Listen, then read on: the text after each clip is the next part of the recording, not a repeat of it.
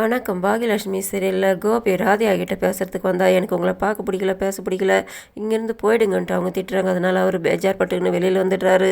அந்த இடத்துல அவங்க அம்மா வந்து நிற்கிறாங்க. ராதிகா எப்படி இருக்கான்ட்டு இவர் ஷாக் ஆகுறாரு. இந்த நேரத்தில் இவங்க வந்திருக்காங்களேன்ட்டு இவர்கிட்ட பதில் சொல்கிறத கூட எதிர்பார்க்காம அவங்க பாட்டு உள்ளே வந்துடுறாங்க. உள்ளே வந்துட்டு ராதிகா கிட்ட விசாரிக்கிறாங்க, எப்படிமா இருக்க, உடம்பு பரவாயில்லன்னுட்டு. அதை பார்த்து தான் அவங்க அம்மாவுக்கு கோவம் வந்தது. என்ன சம்மந்தி, என்ன விளையாடுறீங்களா, நீங்கள் தானே என் பொண்ணை பிடிச்சி தள்ளினீங்க, உங்களால் தானே இப்போ வந்து படுத்துக்கிட்டு இருக்கா, உங்களுக்கு சந்தோஷமா, அவரோட குழந்தை வேணாம் சொல்லிட்டு இருந்தீங்களா, இப்போ இல்லாமலே போயிடுச்சு, நீங்கள் என் பொண்ணை தள்ளி விட்டீங்க, நான் தான் பார்த்தேன்ட்டு அவங்களும் ராதிகா ரெண்டு பேரும் மாறி மாறி கோபிக்கிட்ட எப்படியெல்லாம் திட்டி பேசுனாங்களோ அதேமாரி அவங்க அம்மாவும் சொல்கிறாங்க. அதை கேட்டு தான் அவங்க ஷாக் ஆகிறாங்க. நீங்கள் சொல்கிற மாதிரிலாம் நான் எதுவுமே பண்ணல, நான் உங்களெலாம் தள்ளியெல்லாம் விடல, நீங்கள் தப்பாக புரிஞ்சுக்கிட்டு இருக்கீங்கன்றாங்க. நான் சரியாக தான் புரிஞ்சுக்கிட்டு இருக்கேன், நீங்கள் வேணாம் நான் ஆரம்பத்தில் தான் சொன்னீங்க, சொன்ன மாதிரி நடந்து போச்சு இல்லை, இதுக்கு மேலே உங்களுக்கு யாரும் எதுவும் கேட்க மாட்டாங்க, கௌரவ குறைச்சலாம் ஆகாது, பிரச்சனை வராது, இப்போ உங்களுக்கு சந்தோஷமான்ட்டு ராதிகா அவங்க அம்மாவும் மாறி மாறி திட்டுறாங்க. இவங்க அழுகுறாங்க. நான் அந்த மாதிரிலாம் எதுவும் பண்ணலான்ட்டு கோபி ஒரு பக்கம் அமைதியாகவே இருக்காரு. நான் அந்த மாதிரிலாம் பண்ணல கோபின்ட்டு சொல்லும்போது, இதுக்கு மேலே இங்கே இருக்காதீங்க, கிளம்புங்க, நீங்கள் சம்மந்தியமானதுனால தான் நான் சும்மா இருக்கேன், இதுக்கு மேலே நான் சும்மா இருக்க மாட்டேன், வெளியில் போங்கன்ட்டு அவங்க சம்மந்தியமாக திட்டினது இவங்க அதுக்கிட்டே வெளியில் வர கோபி வந்து நிற்கிறாரு.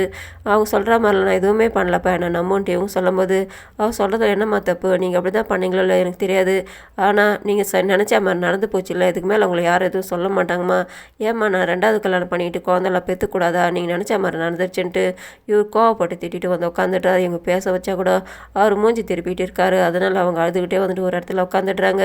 இதே நேரத்தில் பாக்யா வீட்டில் வருத்தப்படுறாங்க. இவங்க வந்து சொன்ன விஷயத்த எல்லாத்தையுமே பசங்கிட்ட சொல்லிடுறாங்க.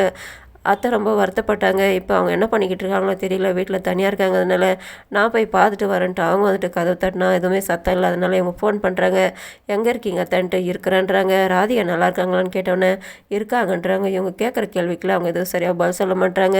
அவங்களோட குரலும் வேற மாதிரி இருக்குது, அழுகிற மாதிரி தெரியுதுன்ட்டு எங்கள் வீட்டில் வந்து சொல்லி செடியனை கூப்பிட்டு ஃபோன் பண்ணி உங்கள் அப்பாக்கிட்ட ஃபோன் பண்ணி பாட்டி எங்கே இருக்காங்கன்னு மட்டும் கேளுன்னு சொன்னான்னு அவர் எனக்கு அவங்கக்கிட்ட ஃபோன் பேசவே பிடிக்கல அப்பாக்கிட்டன்னு இவர் சொல்கிறாரு. இவங்க திட்டுறாங்க. இப்போ முக்கியமான விஷயம், அத்தை எங்கே இருக்காங்கன்னே தெரியல, அவங்க அழுகுறாங்க மாதிரி இருக்குது, அவங்க எங்கே இருக்காங்கன்னு தெரிஞ்சுக்கணுன்னாக்கா நீ முதல்ல ஃபோன் பண்ணணும்னா. அதுக்கப்புறம் ஒரு அரை மனசோட ஃபோன் பண்ணுறா. இவருக்கு இந்த விஷயம் எதுவுமே தெரியாது. இவரும் ஃபோன் பண்ணி அப்பா எங்கே இருக்கீங்கன்ட்டு ஹாஸ்பிட்டலில் இருக்குன்ட்டு அவர் சொல்கிறாரு. பாட்டி பக்கத்தில் இருக்காங்கன்னாக்கா இங்கே தான் எங்கேயாவது இருப்பாங்கன்ட்டு அவர் சொல்லிவிட்டு ஃபோனை கட் பண்ணிடுறாரு. எழில் கேட்குறாரு, இப்போ பாட்டி ஹாஸ்பிட்டலில் தான் இருக்காங்கன்னு உங்களுக்கு தெரிஞ்சிருச்சான்னு சொன்னோன்னே, ஆனால் அத்தை எதுக்காக அழுதாங்க தெரியலன்னுட்டு அந்த இடத்துல பாக்யாவுக்கு சந்தேகம் வருது. இன்னும் ஹாஸ்பிட்டல் நடந்த விஷயங்கள்லாம் இவங்களுக்கு தெரியாது. இதோட முடியுது. நன்றி, வணக்கம்.